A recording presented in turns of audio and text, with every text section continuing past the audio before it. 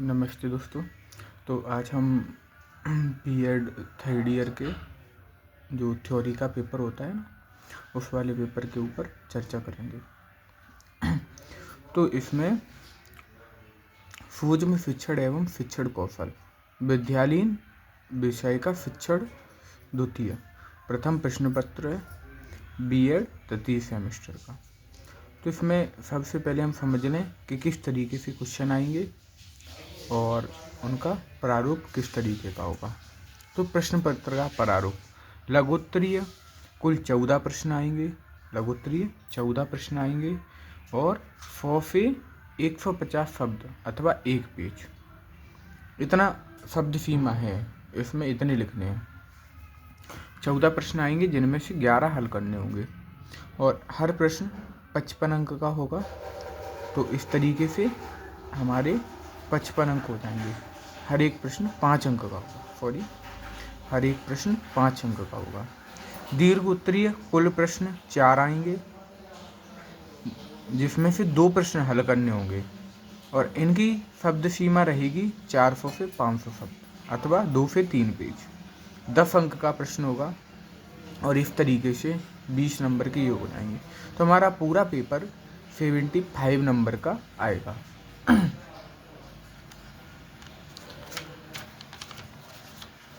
अब इस प्रश्न पत्र में हमारी 2 इकाइयाँ रहेंगी। पहली इकाई रहेगी शिक्षण सूत्र एवं सूक्ष्म शिक्षण। पहली इकाई रहेगी शिक्षण सूत्र एवं सूक्ष्म शिक्षण। इसमें पढ़ना है हमको शिक्षण का अर्थ, शिक्षण सूत्र का अर्थ पढ़ना है, प्रकृति एवं प्रकार पढ़ने हैं शिक्षण सूत्र के, सूक्ष्म शिक्षण का अर्थ समझना है, परिभाषा एवं सिद्धांत, सूक्ष्म शिक्षण चक्र, सूक्ष्म शिक्षण की प्रक्रिया समझनी है, सूक्ष्म शिक्षण के लाभ समझने हैं, सीमाएं एवं उपयोग समझने हैं। तो इकाई 2। अब दूसरी इकाई में क्या पढ़ना है, प्रस्तावना कौशल। शिक्षण कौशल में तो कौशल की प्रस्तावना पढ़ेंगे, प्रश्नों की प्रभावशीलता पढ़ेंगे, खोजबीन पूर्ण प्रश्न सीखेंगे, व्याख्या एवं स्पष्टीकरण, उदाहरण सहित निरूपण, उपयोग, दृष्टांत, व्याख्या, शिक्षकों का मौन तथा अशाब्दिक अर्थ। 7वें पे व्याख्यान, पुनर्वलन, उद्दीपन परिवर्तन सीखेंगे, श्यामपट सीखेंगे, प्रभावी संप्रेषण, व्यवहार की पहचान तथा देखभाल, विन्यास प्रेरणा, कक्षा प्रबंधन, नियोजन पुनरावृत्ति, पाठ समापन। इस तरीके से हम सूक्ष्म शिक्षण कौशल के बारे में पढ़ेंगे। तो आज हम इकाई पहली करेंगे और कल हम करेंगे इकाई 2। तो आज हम इन चीज़ों के बारे में समझने वाले हैं, ठीक है। तो सूक्ष्म शिक्षण एवं शिक्षण कौशल, इसके बारे में थोड़ा हम चर्चा करेंगे। तो शिक्षण सूत्र तथा सूक्ष्म शिक्षण। तो क्वेश्चन इस तरीके से आ सकता है कि शिक्षण सूत्र से आप क्या समझते हैं, या पूरा क्वेश्चन आ सकता है शिक्षण सूत्र से आप क्या समझते हैं, उपर्युक्त उदाहरणों की सहायता से विभिन्न शिक्षण सूत्रों की चर्चा कीजिए। उत्तर, एक सफल शिक्षण का अर्थ है ऐसा शिक्षण जिसमें बालकों के लिए जो विषय वस्तु पढ़ाई जा रही है उसे भली भांति ग्रहण कर सकें तथा पूर्णतः सीख सकें। कक्षा के अंदर अध्यापक का मुख्य लक्ष्य यह होता है कि वह ऐसा वातावरण तैयार करे जिसमें अधिक से अधिक सीखने की क्रियाएं तथा सीखने के अनुभव उत्पन्न किए जा सकें। इस दृष्टि से मनोवैज्ञानिक खोजों के आधार पर शिक्षा शास्त्रियों ने कुछ शिक्षण सूत्रों को प्रतिपादित किया है। ये शिक्षण सूत्र निम्नलिखित हैं। जब हम कक्षा के अंदर बच्चों को पढ़ाने जाते हैं तो हम किस तरीके से बच्चों को शिक्षण प्रदान करें, किस तरीके का वातावरण तैयार करें कि बच्चा अधिक से अधिक सीखे, तो उनके लिए ये शिक्षण सूत्र हैं। पहला शिक्षण सूत्र होता है ज्ञात से अज्ञात की ओर। सीखने की प्रक्रिया में बालक अपने पूर्व अर्जित ज्ञान तथा अनुभवों को नए ज्ञान तथा अनुभवों से जोड़ना चाहता है। शिक्षण प्रक्रिया में अध्यापक भी बालक के प्रति यही कार्य करता है। वह बालक को पूर्व ज्ञान के आधार पर नए ज्ञान को जोड़ने की चेष्टा करता है। इसके लिए उसे ज्ञात से अज्ञात की ओर शिक्षण सूत्र को अपनाना पड़ता है। अर्थात पहले हम उन चीज़ों के बारे में बताएं जिन चीज़ों के बारे में बच्चे पूर्व से जानते हैं, फिर उससे रिलेट करके हम नई चीज़ों को बताएं। इस तरीके से हो जाएगा ज्ञात से अज्ञात की ओर, अनिश्चित से निश्चित की ओर।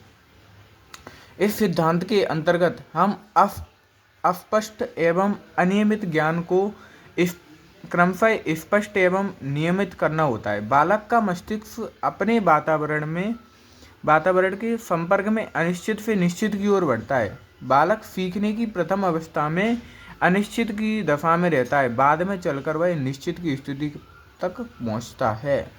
यानी कि पहले क्या है, अनिश्चित है, लेकिन जब वो चीज़ों को सीख जाएगा तो वो किस स्थिति पे पहुंच जाएगा, निश्चय की स्थिति पे। तीसरा तरीका होता है सरल से जटिल की ओर। शिक्षण का यह सूत्र बड़ा साधारण सा प्रतीत होता है, ऐसा लगता है कि बहुत साधारण है, परंतु महत्वपूर्ण है। इसके अनुसार अध्यापकों को चाहिए कि वह पहले बालकों को सरल बातों की जानकारी प्रदान करें।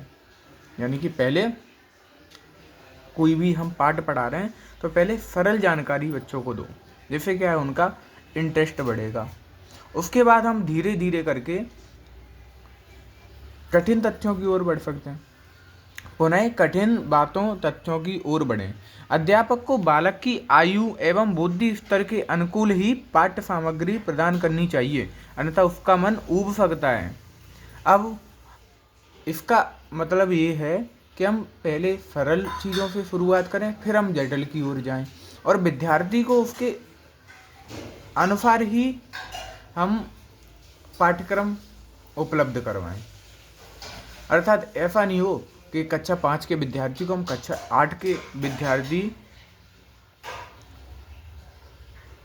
जो सीखता है उस चीज़ को सिखाने के लिए हम कोशिश करें, तो ऐसा नहीं होना चाहिए। विशिष्ट सामान्य की ओर, इस सूत्र से हमारा अर्थ है कि छात्र को विशिष्ट ज्ञान की ओर ले जाया जाए, अर्थात बालक के समक्ष उदाहरण प्रस्तुत किए जाएं।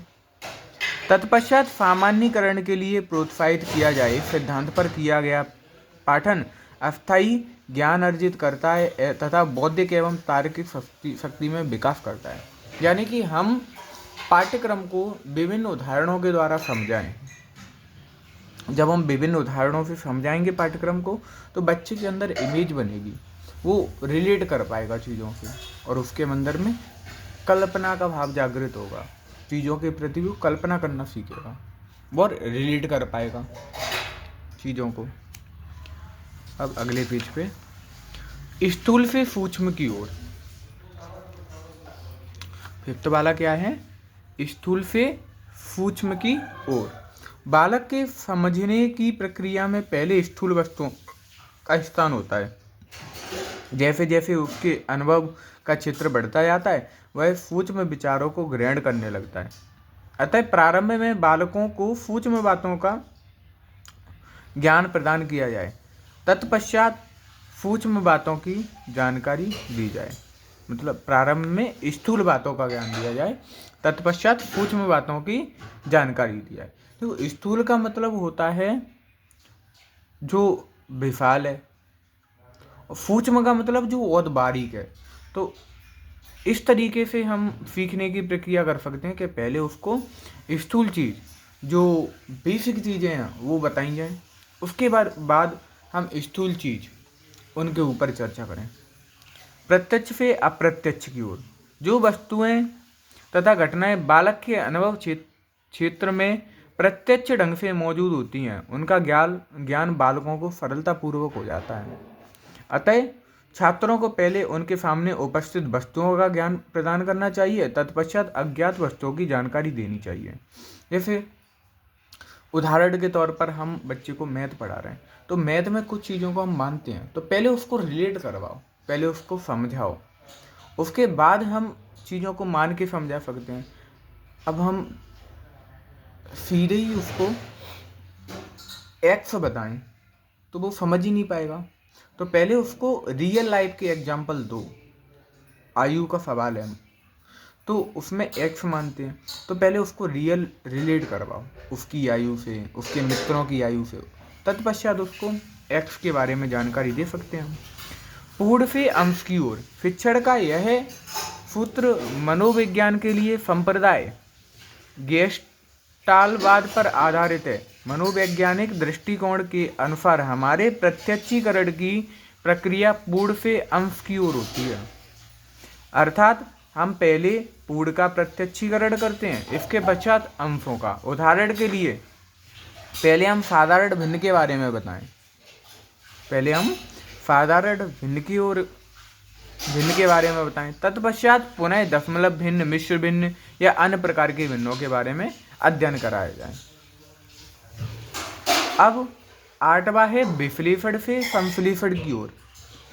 विश्लेषण मस्तिष्क की स्वाभाविक क्रिया है। किसी विषय को समझने तथा ग्रहण करने की दृष्टि से उसके विविध पक्षों का विश्लेषण अत्यंत आवश्यक होता है। एक कुशल अध्यापक अपने शिक्षण में सर्वप्रथम विश्लेषण पर वर्ग देता है, तत्पश्चात वह विषय का समन्वित रूप सामने रखता है। यह संश्लेषण की क्रिया द्वारा संभव होता है। अब 9वां है अनुभूति से विचार की ओर। इस सूत्र से हमारा अर्थ है कि बालकों ने जो ज्ञान, अनुभव तथा निरीक्षण द्वारा स्वयं तथा दूसरों की सहायता से प्राप्त किया है, उसका वास्तविक ज्ञान तभी हो सकता है जब उसे तर्कयुक्त या युक्ति संगत कर दिया जाए। विज्ञान, गणित, भाषा तथा सामाजिक विज्ञान के शिक्षण में इस सूत्र का उपयोग बहुत स्पष्टता पूर्वक किया जाता है। यानी कि कोई भी ज्ञान वास्तविक कब होगा? जब उसे तर्कयुक्त किया जाए, उसके ऊपर तर्क दिए जाए, उसको समझाया जाए, तभी वह उसके जीवन में उपयुक्त होगा। मनोवैज्ञानिक एवं तर्कात्मक क्रम की ओर। शिक्षण में मनोवैज्ञानिक तथा तार्किक दोनों क्रमों का समन्वय होता है। मनोवैज्ञानिक रूप से अभिप्राय है कि किसी विषय का प्रस्तुतिकरण बालकों की रुचि, जिज्ञासा, उत्साह, आयु, ग्रहण शक्ति आदि के अनुसार हो। तो इस तरीके से ये हमारा पहला प्रश्न कंप्लीट हो गया। अब दूसरा, शिक्षण आव्यूह या नीति का अर्थ बताइए। शिक्षण आव्यूह के प्रकार बतलाइए। इस तरीके से भी पूछ सकते हैं। या शिक्षण आव्यूह का विभाजन कीजिए तथा शिक्षण आव्यूह में अधिगम की उपयोगिता बताइए। इस तरीके से भी पूछ सकते हैं। तो अब हम इसके बारे में थोड़ा जानेंगे। शिक्षण उद्देश्यों की प्राप्ति हेतु विभिन्न शिक्षण विधियों, शिक्षण कौशलों, शिक्षण प्रविधियों आदि का प्रयोग किया जाता है। शिक्षण नीति भी उनमें से एक है। जो आव्यूह स्ट्रेटजी शब्द सेना से लिया गया है। जिस प्रकार कोई सेना नायक अपने लक्ष्य की प्राप्ति हेतु आव्यूह का प्रयोग करता है, उसी प्रकार शिक्षक भी अपने उद्देश्यों की प्राप्ति के लिए शिक्षण आव्यूह का प्रयोग करते हैं। यानी कि शिक्षक के क्या उद्देश्य हो सकते हैं कि हम जो पढ़ा रहे हैं उस ज्ञान को विद्यार्थी समझें। शिक्षण आव्यूह की परिभाषा। अब डॉक्टर कमिल बुल्के के शब्दों में क्या है, उन्होंने बोला है, नीतियाँ या कौशल से अभिप्राय युद्ध कला, युद्ध नीति, योजना, कौशल या चतुराई है। और दूसरी परिभाषा दी गई है डेविस के अनुसार। डेविस ने कहा है नीतियाँ शिक्षण की व्यापक विधियाँ हैं। डेविस ने क्या बोला है? नीतियाँ शिक्षण की व्यापक विधियाँ हैं। शिक्षण आव्यूह ने शिक्षक को बच्चों के व्यवहार, रुचि तथा अभिरुचि को समझकर शिक्षण कार्य करने की क्षमता प्रदान की है। यानी कि पहले बच्चों का व्यवहार समझो, बच्चों की रुचि के बारे में समझो कि बच्चे किस तरीके से पढ़ना चाहते हैं, अभिरुचियों के बारे में समझो, फिर शिक्षण दो। इससे क्या है, बच्चे बोरियत महसूस नहीं करेंगे और आपकी शिक्षा को समझेंगे। शिक्षण आव्यूह के प्रकार। शिक्षण आव्यूह को दो भागों में विभाजित किया जाता है।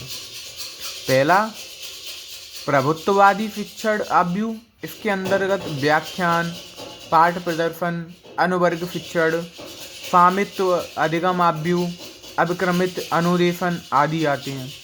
और दूसरा होता है प्रजातांत्रिक शिक्षण आव्यूह। इसके अंतर्गत प्रश्नोत्तर, अन्वेषण, योजना विधि, सामूहिक वाद विवाद, कंप्यूटर तथा अनुदेशन, स्वतंत्र अध्ययन,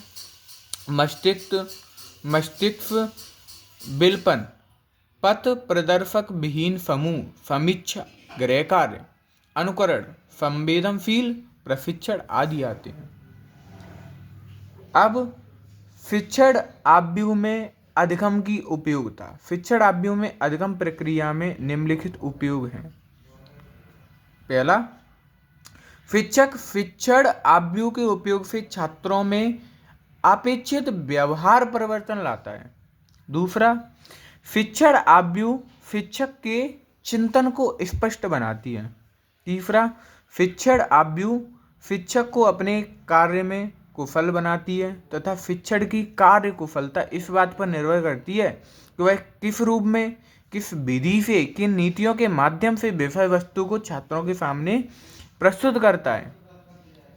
विभिन्न शिक्षण नीतियों के प्रयोग से छात्रों की कार्यकुशलता में वृद्धि होती है। शिक्षण नीतियों के प्रयोग से छात्रों में विषय के प्रति रुचि उत्पन्न होती है।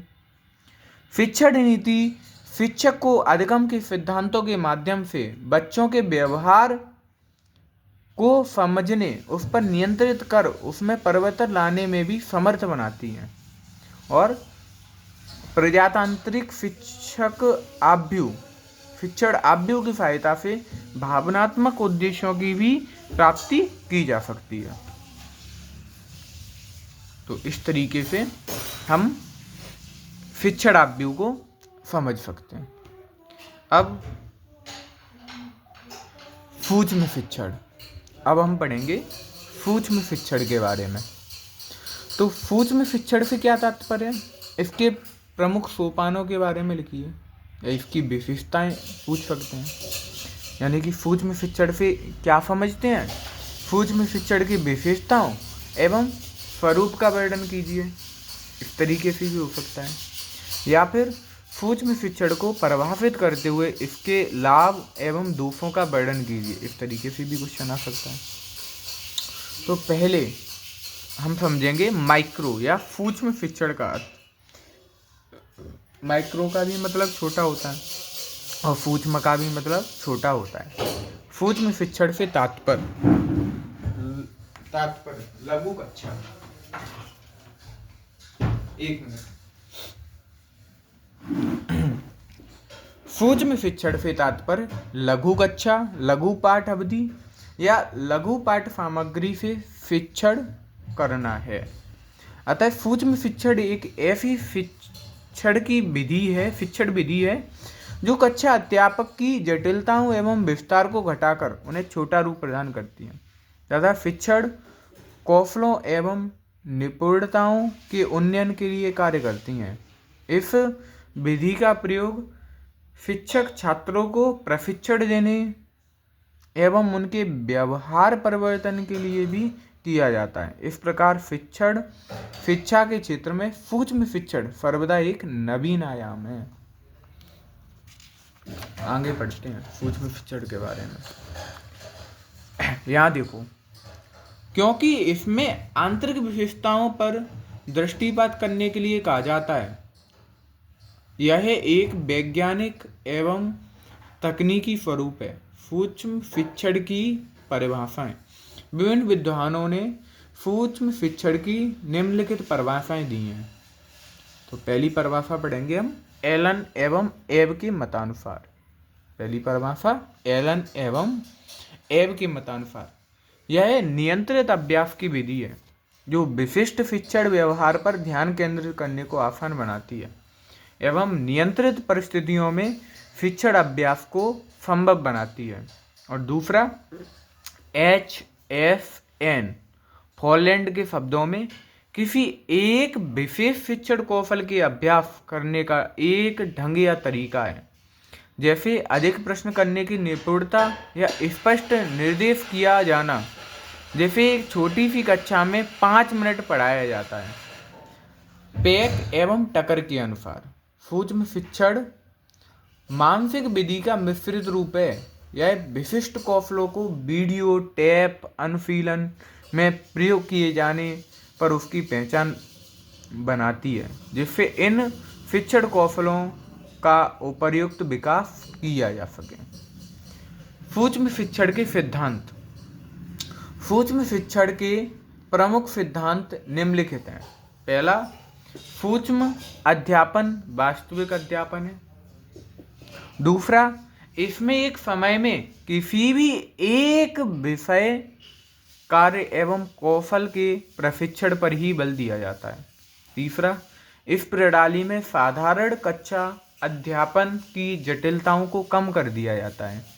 चौथा, अभ्यासक्रम की प्रक्रियाओं पर अधिक नियंत्रण रखा जा सकता है। और पांचवा, परिणाम संबंधी साधारण ज्ञान एवं प्रतिपुष्ट के प्रभाव की परिधि विकसित होती है। अब सूक्ष्म शिक्षण की विशेषताएं। तो सूक्ष्म शिक्षण की प्रमुख विशेषताएं निम्नलिखित हैं। पहली विशेषता क्या है? छात्राध्यापक को 5-10 छात्रों की कक्षा में अध्यापन करना है। यह सूक्ष्म पाठ 5-10 मिनट का होता है। सूक्ष्म पाठ 5-10 मिनट का होता है। ये छात्र तो वास्तविक छात्र होते हैं अथवा अन्य अध्यापकों से छात्रों की भूमिका निर्वाह कराई जाती है।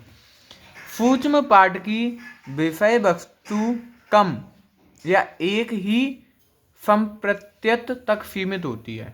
इन सुझावों को ध्यान में रखकर छात्राध्यापक निश्चित कौशल से संबंधित अपने पाठ की पुनर्योजना बनाता है और उन्हीं छात्रों को विषय बदलकर उसी कौशल पर आधारित या अन्य छात्रों को वही पाठ उतने ही अवधि में पुनः पढ़ाया जाता है। अब सूक्ष्म शिक्षण के स्वरूप। तो सूक्ष्म शिक्षण के स्वरूप क्या है? सूक्ष्म शिक्षण एक ऐसी सूक्ष्म पदीय शिक्षण पद्धति है जिसमें शिक्षक एक छोटे से शिक्षण बिंदु को लगभग 10 मिनट के कालांश में पढ़ता है। 10 मिनट के कालांश यानी कि 10 मिनट में पढ़ता है। इस प्रकार की परिस्थिति एक अनुभवी तथा बिना अनुभव वाले शिक्षण के नवीन शिक्षण कौशल के विकास एवं सुधार में अत्यंत सहायता प्रदान करता है। अतः सूक्ष्म शिक्षण एक ऐसी प्रविधि है जो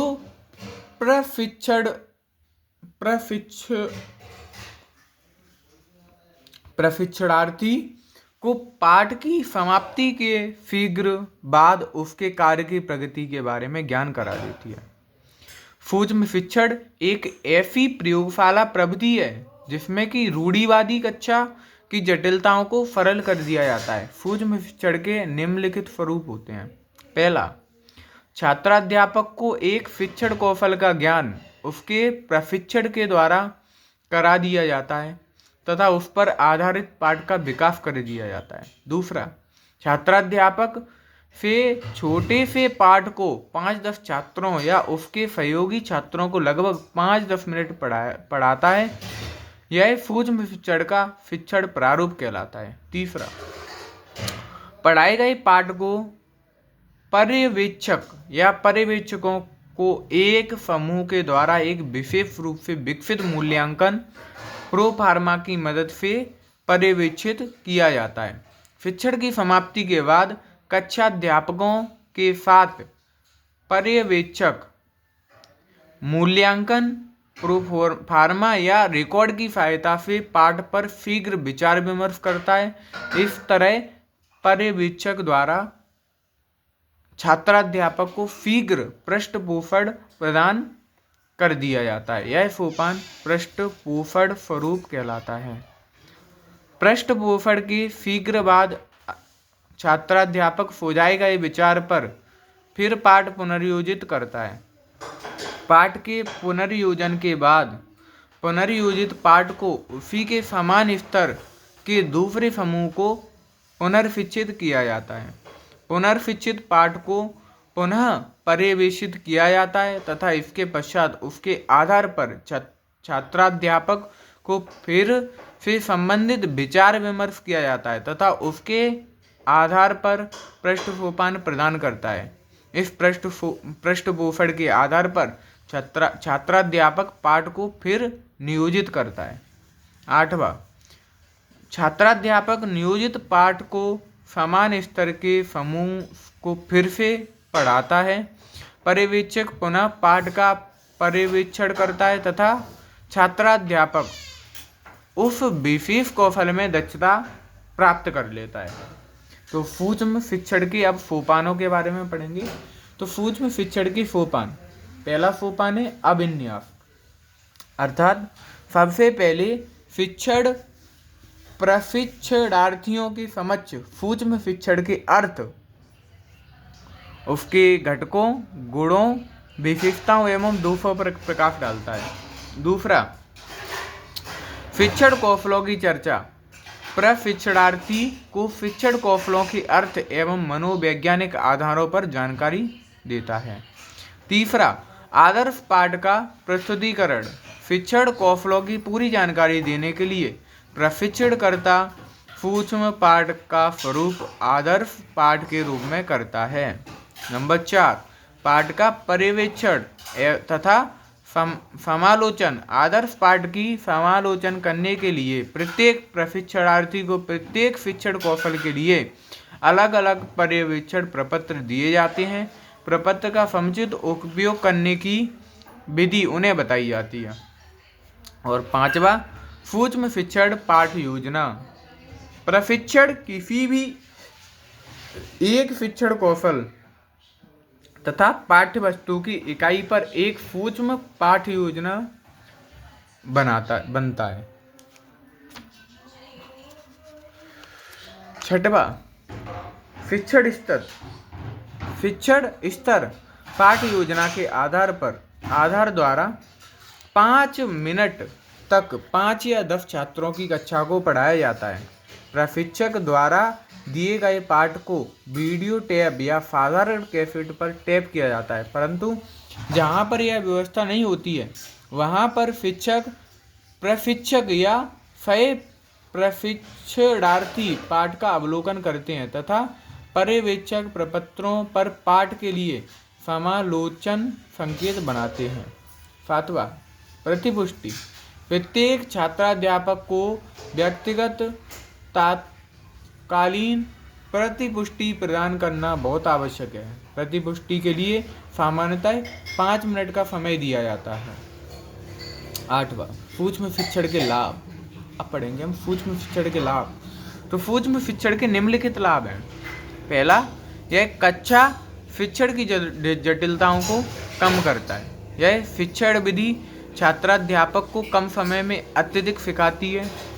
यह शिक्षण विधि छात्राध्यापकों में आत्मविश्वास को जगाती है।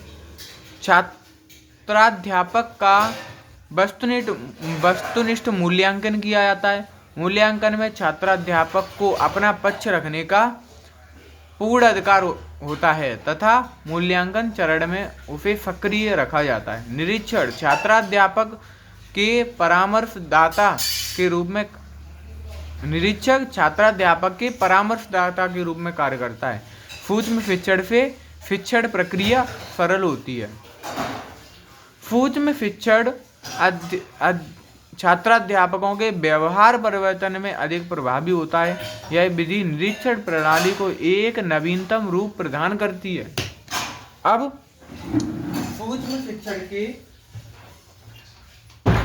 हम सूक्ष्म शिक्षण के दोषों के बारे में पढ़ेंगे। तो सूक्ष्म शिक्षण के दोष या सीमाएं, निम्नलिखित हैं। पहला, सामान्य रूप से साधनों का अभाव होने पर सूक्ष्म शिक्षण में वीडियो फिल्म, जो कि सबसे अधिक प्रभावी होती है, का प्रयोग किया जाना संभव नहीं है। वीडियो फिल्म का यूज नहीं कर सकते। सूक्ष्म शिक्षण के लिए अनेक कक्षा एवं कक्षों की आवश्यकता होती है। सूक्ष्म शिक्षण का उपयोग करने के लिए विशेष रूप से प्रशिक्षित अध्यापकों की आवश्यकता होती है, परंतु ऐसा ऐसे अध्यापकों की नितांत कमी है। सूक्ष्म शिक्षण के लिए विषय वस्तु को विश्लेषित कर एक ही संप्रत्यय का एक बार में प्रयोग किया जाता है, परंतु यदि वास्तविक छात्र शिक्षण अभ्यास के लिए जाते हैं तो उनके समय एवं शक्ति का अपव्यय होता है। सूक्ष्म शिक्षण में शिक्षण कौशल का अभ्यास कृत्रिम परिस्थितियों में कराया जाता है, इसीलिए छात्र अध्यापक वास्तविक कक्षा की स्थितियों का सामना पूरी दक्षता से नहीं कर पाते। इस प्रकार स्पष्ट होता है कि सूक्ष्म शिक्षण का प्रशिक्षण शिक्षण के क्षेत्र में महत्वपूर्ण योगदान है। व्यवहार परिवर्तन की इस प्रक्रिया में छात्र अध्यापक के आत्मविश्वास में वृद्धि होती है। प्रशिक्षणार्थी के 2 या 2 से अधिक पाठों की तुलनात्मक अध्ययन किया जा सकता है, जो कि उनके शिक्षण व्यवहार की तुलना करते हैं। धन्यवाद।